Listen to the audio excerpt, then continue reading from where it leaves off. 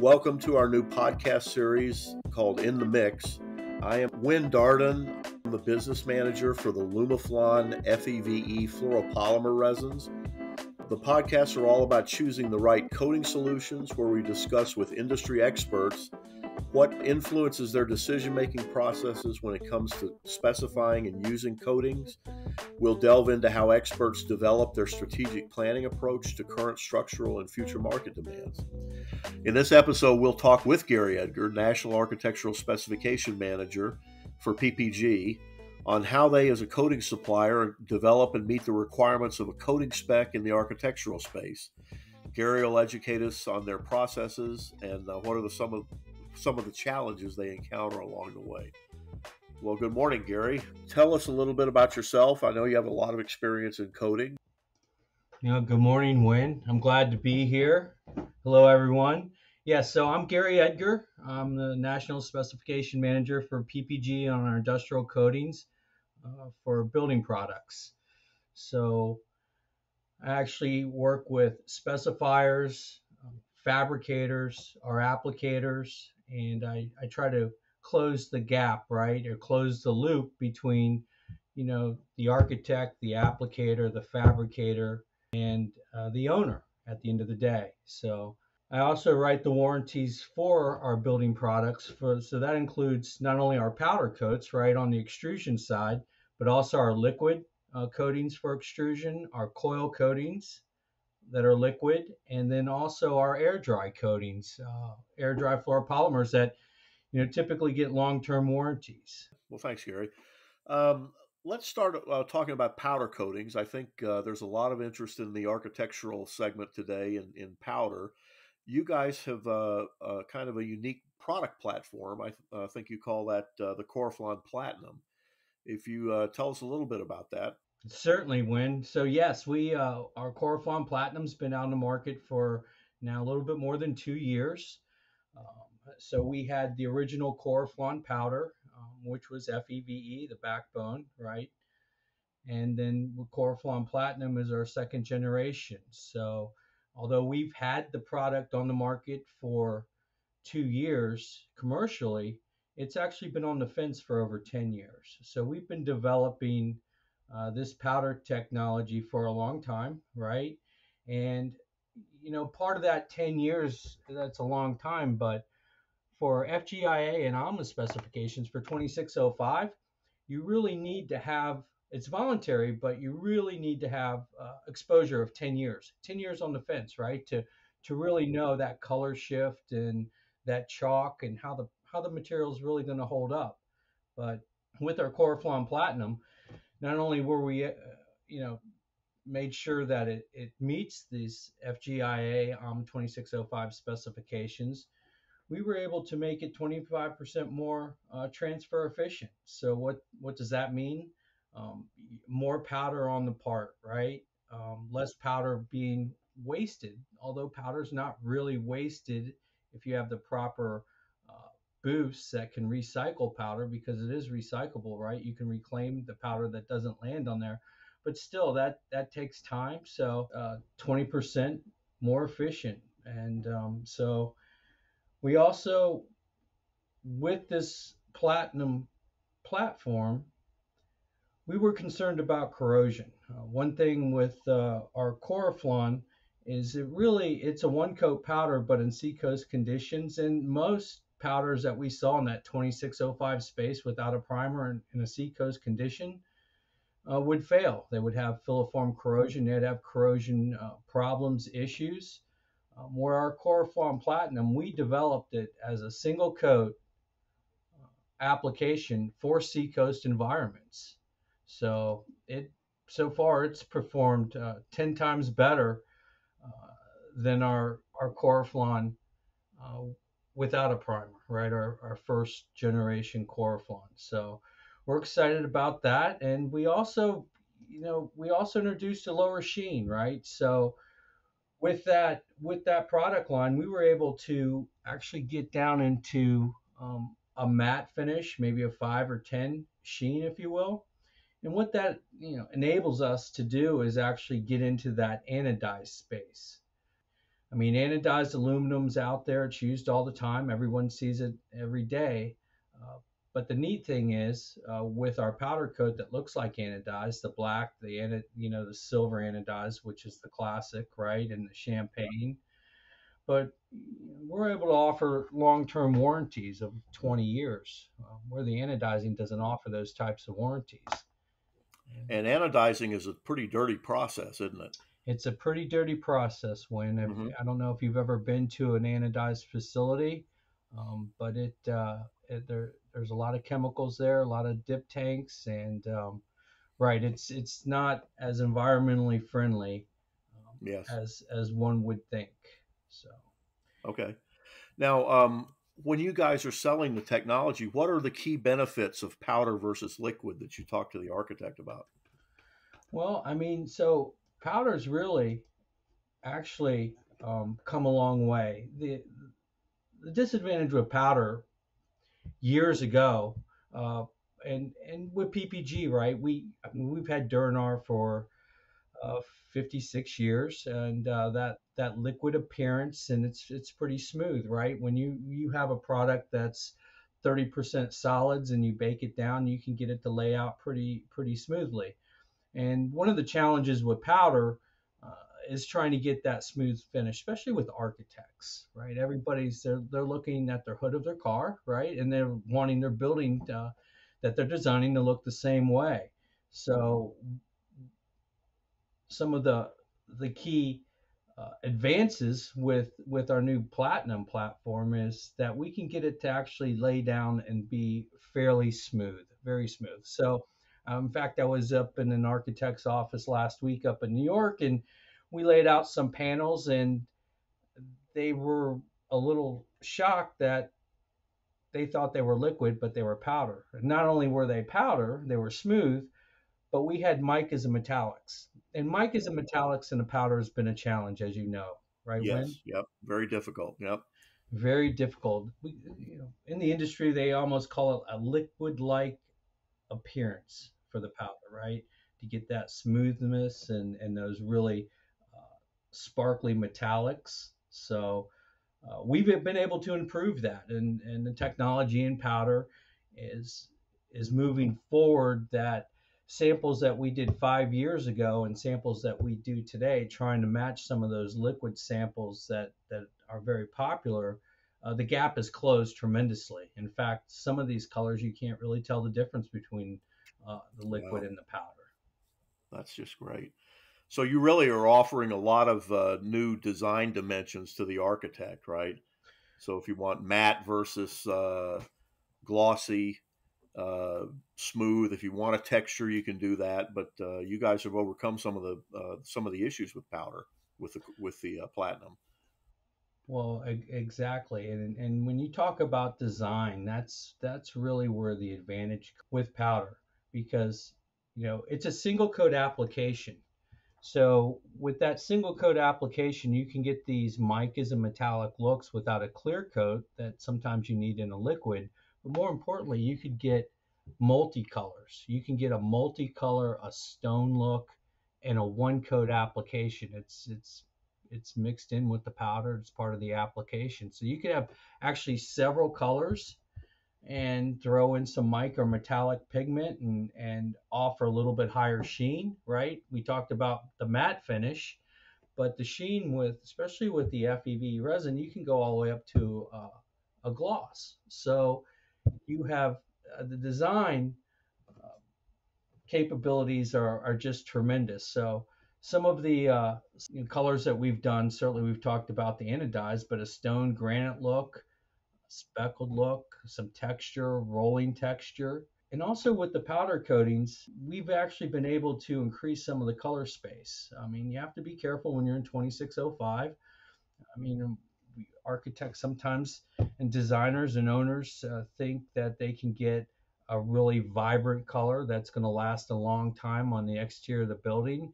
And we have systems that we can try to provide that. But by using some of the technologies of the FEV powder, we have a clear coat, so we've been actually able to take some of those maybe exotic colors and maybe make those in a 2604 and then put the clear coat on top of it. So there's definitely more capabilities with the powder today.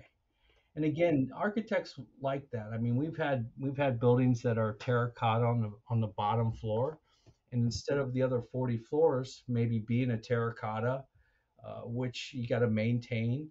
The skeleton typically of the building has to be stronger to withstand the weight. We've matched that terracotta in a powder and painted all on aluminum and a curtain wall, and it all looks very uniform. So the average person walking down the street doesn't realize, they think the whole building's terracotta, but actually only the first two floors are. Wow, that's pretty impressive there. Now, I know we're seeing in the market right now. We think that there's a move away from the liquid coatings to some extent. Are you guys seeing the same thing?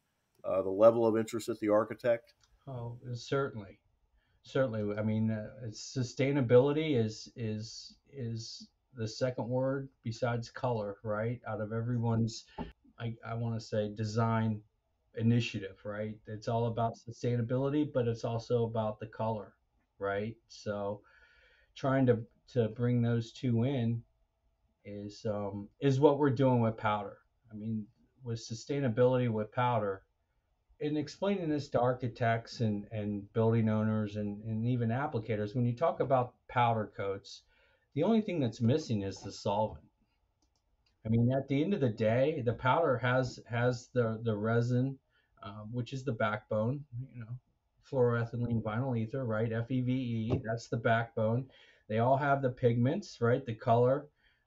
They actually add some UV durabilities, maybe some corrosion resistance, some additives, and then, right, those pigments also have the mica look, right? You have the textures, you have different things in there, but there's no solvent.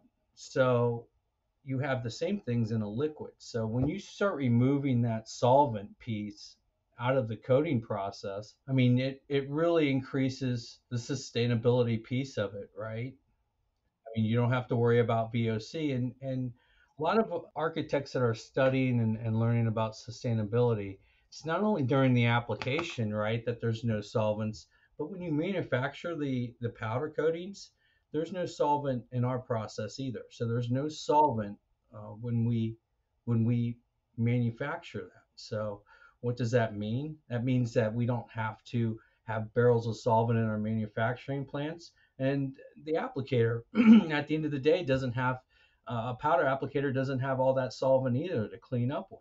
So it's actually it's a very clean process. Cleaner operation, yeah. Great. Um, what do you think short term and long term? What do you guys see in the powder market? Well, in the short term, education, right? Education. There's a lot of architects and specifiers and designers that are familiar with powder coats, but there's a lot that are not familiar with that, and they don't understand the difference. They don't understand maybe what they can achieve with that, with the multicolors, and sometimes they actually want to try to achieve a look with that's a liquid coating that they can get at maybe a conventional or a boutique that really is not sustainable and can't be done in a liquid coating because it requires multiple passes, multiple coats to get that maybe like a patina look, right? Where we can do that in a powder, one coat. So, short term is just educating the whole industry on powder, right? The different appearances. And the other thing that's I do believe that as it's accelerating powder as we move forward is the cost between a powder application and a liquid application used to be substantially different. The powder used to cost more, but with the going with a one coat powder and actually some of the costing of the raw materials and where the world has gone after the pandemic, the cost between liquid and and powder is actually pretty similar, depending on the lines, right? Depends on the applicator, but they're more in line. So costing kind of you take that out, and then powder becomes even more advantageous. Right, right. Yeah, we've heard there's an increase in the number of vertical powder coating lines that are coming over to the U.S. now, and we understand that that lowers significantly the applied cost of the powder. Exactly. Vertical lines, and what we're seeing from our side is, again, I mean, we've been in the liquid side for a long time, right? But we're seeing our longtime applicators, adding new lines, but not adding liquid lines. They're wanting to add, they're moving toward powder because they see the movement, right? They can see it from the architects, Yep. but then they also see it from the standpoint of, again, when you start taking out all that solvent that's needed and you don't have the VOC issues, and the disposal of powders relatively inexpensive compared to liquid products and all the hazardous waste, it becomes, I want to say, a no-brainer. It's like everybody's moving that way, so it's easier to actually see it specified, get it specified, and get it applied. Can you give us any information on any notable buildings that you've done with the Coroflon Platinum? Well, when right now we're working on a large project in Boston. It's Landmark 3. It's really just coming out of the gate, and it's going to be one of the largest actually projects on the East Coast this year. So it's got a little bit late start, but there's several Coroflon Platinum colors on that project, and we're certainly looking forward to it. And again, it's probably going to be the biggest project that's ongoing in 2024, right, in the U.S. What about the previous Coroflon? Any notable buildings that were done with the standard Coroflon? Yes. So with our Coreflon product, and these are certainly available in our, I mean, Hudson Yards in New York City. Hmm. We've Yep. done we've done those. The PMC Tower in Pittsburgh, and City Walk in Brooklyn is another one that we've done. So we've done several large projects with our powder coats. Any notable buildings that you've repainted? I know I've seen some pictures of roof coating on hotels down in the Caribbean, I think. We do several main large projects a year. It's slowed down a little bit with COVID, um, but one we just finished up, and it took a lot longer because of the pandemic. As One Pin in New York City, if you go down there, that building was actually an anodized look, and we started that before the in 2019. We started that project in New York City, and they just finished up earlier this year. But all that anodizing now is a matte black, so which is really interesting because we talk about the matte and the powder coat, right? Everybody's looking for that matte sheen. You're starting to see it on cars, and usually, once it starts in automotive, it goes into appliances, and it ends up right with buildings. People want that look, so that building is actually done in a matte black, especially for them. And yeah, it's changed the entire look of that building, and then all the new construction that's going on is matching the same. So that whole campus it's going to look the same, and it's going to age the same. Gary, do you have credited or licensed coaters that you use for your powder coatings? Absolutely. So we have our CAP program, which is our certified applicator program, and we have their liquid and powder, and then we have our approved applicators that are both liquid and powder. So we're trying as we go forward, certainly increasing the amount of powder, because if you look through our website at ppgmetalcoatings.com over our applicators, most of them are liquid. But what we're seeing is the trend to move to powder coaters. So we have a dedicated technical team that works with our powder, just like we do with our liquid. We're definitely moving that direction with powder, and our applicators are moving with that and with us as partners. Okay, good. That's great. So, changing the subject a little bit, you guys also offer air dry fluoropolymer coatings for the rehabilitation market. Absolutely, Win. I'm glad you brought that up. So again, we use the FEV resin in our air dry Coroflon ADS air dry system. So in PPG, Coroflon is our FEVE resin backbone coating system. So we actually have a Coroflon in our coil side that we use as a clear coat to get many different sheens and also add dimensional looks. And we also use that resin to give maybe a semi-transparent look on the coil side. So you still have that metal-like appearance, but you can see through it. And then we have our Coroflon ADS. Now, Coroflon ADS we've had for over 20 years in the PPG lineup. And that's actually where I really started with air dry fluoropolymers. And some of the buildings that have go back and we've coated 20 years ago, you go there today, they do have some of the maybe factory applied Duranar on different column covers, but the majority of the building was coated in Coroflon. And you take a dark bronze and you go back 20 years later and you can't tell the difference between the air dry and the factory applied. Boy, that's great, isn't it? It certainly is. I mean, so it's expanded, right? And we started off recoating buildings because, again, we talk about we've been in this architectural space with AMA for a long time. So 30 years into it, you could start to see, hey, what if somebody wants to go back and repaint one of these buildings? How are you going to get that long-term durability? So the cost of the coating, right, is a fraction. It's 10, maybe 20%. The big piece of it is the labor. So if you can get a service life of 20 to 30 years out of one application, and your cost savings becomes tremendous.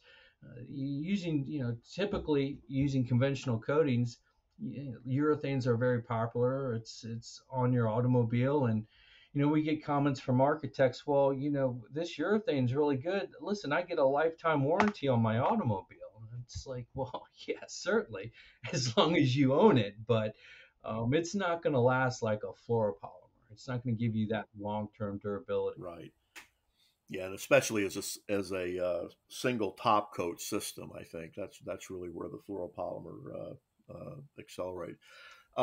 Exactly. And when, just to expand a little bit, so we started with buildings, but we've moved into certainly, I mean, water tanks, bridges, roller coasters, different substrates, fiberglass, where you can't really go back and put a factory applied material on fiberglass because it'll melt. Mm-hmm. Yep. You can go back and use this system on fiberglass panels and get something that's going to last a long time.